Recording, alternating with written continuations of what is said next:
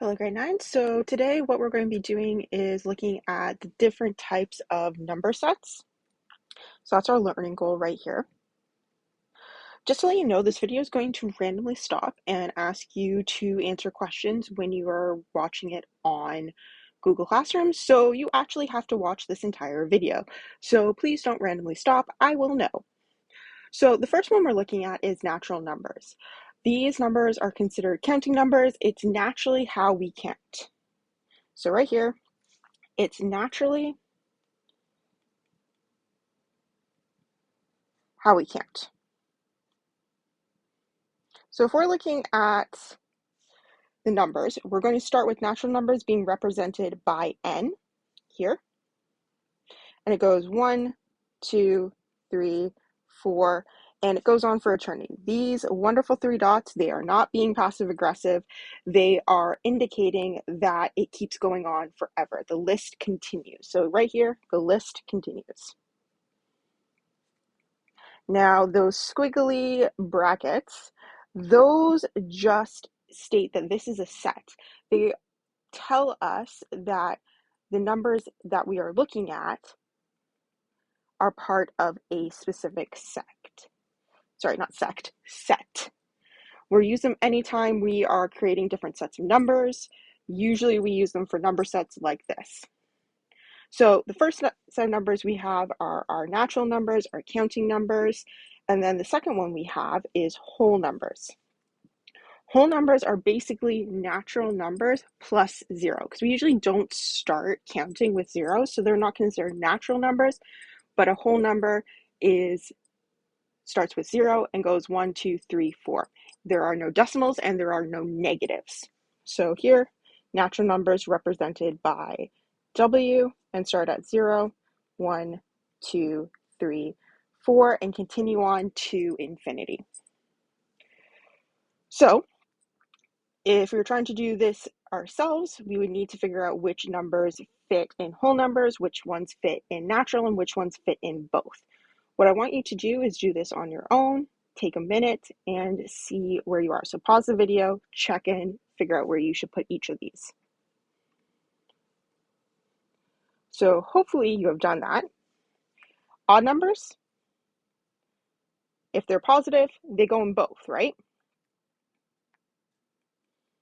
Prime numbers, 1, 3, 5, 6, 1, 3, 5, 7, 9, 11. Those are all positive. They are in both. So prime numbers go in the middle. 1 billion, it's a positive number. It's a whole number. It doesn't have any decimals, so it's in both. 0 only belongs in whole numbers. It is not a natural number. And 3.5, here's the issue with that one. 3.5 has a decimal. Neither natural numbers nor whole numbers can have a decimal. So therefore, it is neither. So 3.5, neither. It is neither a whole number nor a natural number. Let's continue on. The next set of numbers we get are integers. Integers are both positive and negative.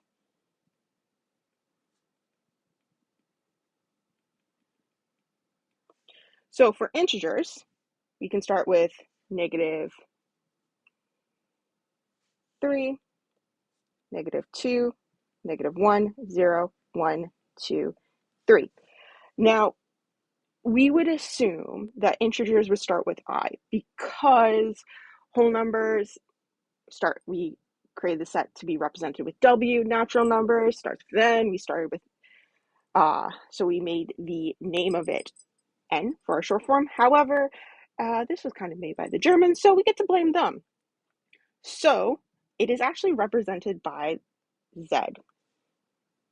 Z, whichever one you want, because it's for the German word Zahlen, which means numbers.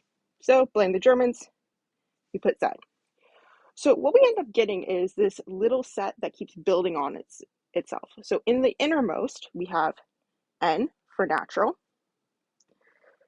and then we add more numbers to it, and we get whole numbers with W. And then we expand even further to get integers. That's not represented by an I, but by a Z. This will take a little bit of getting used to because we're just used to choosing the first letter and making it our name of our set. Is there more? Well, maybe.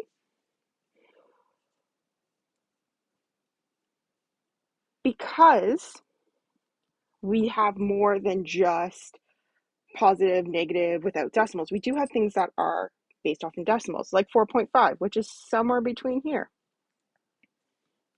And then we have numbers like 0.333 going on to eternity, which is somewhere down here. These are real numbers. These should be included. These are called rational numbers.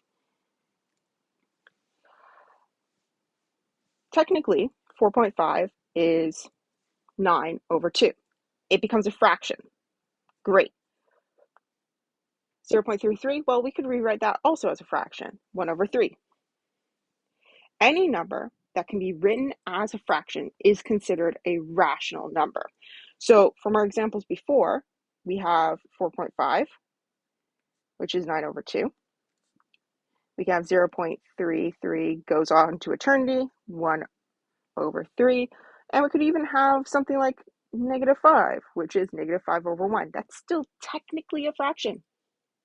Integers can also be written as fractions, so they count as rational numbers.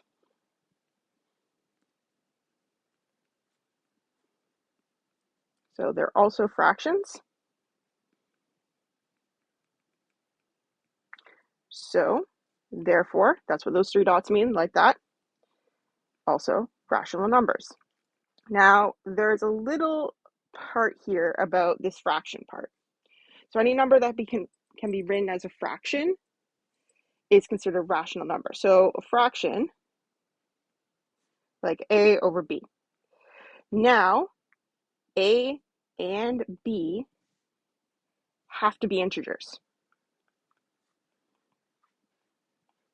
They cannot be decimals. So whole numbers, integers. And for these guys, we use, I know we want to say R, but no, not R. We are going with Q. Now, I don't know who we're blaming for this one, but no, doesn't quite make sense. It's not rational, but the symbol we use to represent rational numbers is indeed Q. So looking back again, we have our natural numbers in the innermost part. Sorry about that. Then we have our whole numbers.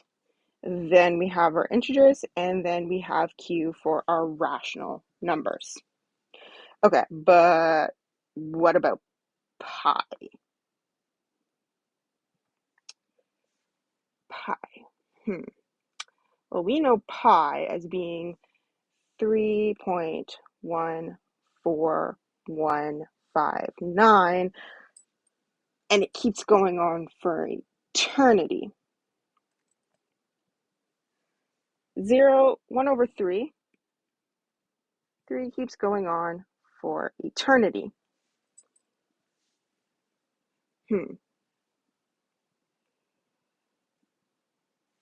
These guys, where do they actually belong? Can we write pi like A over B? Think about that later. So 1 over 3, this guy has an integer here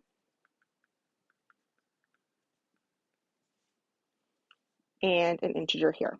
They're whole numbers, no decimals, so this guy is rational. Pi. This one, unfortunately, keeps going on for eternity.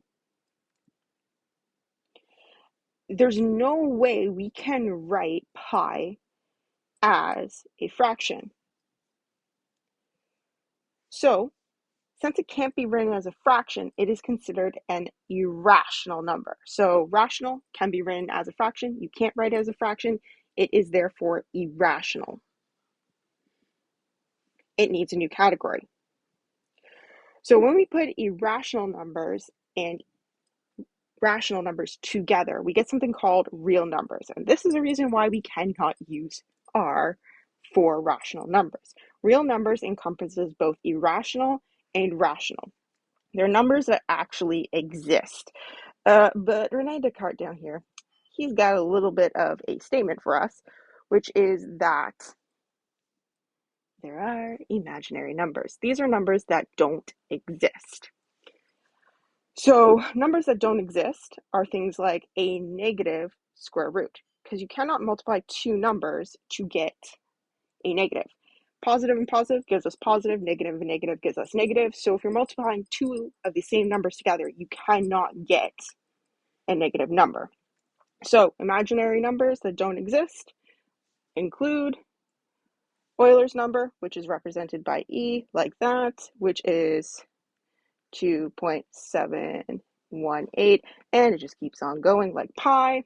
Pi, same idea, 3.14159, again, keeps going on for eternity.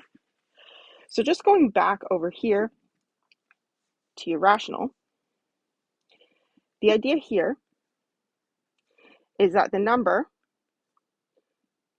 goes on forever and it never repeats.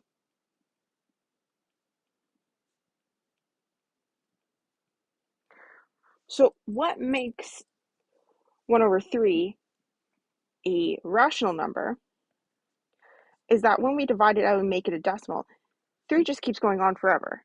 It repeats. So that's why it's rational. You can write it as a fraction and it repeats.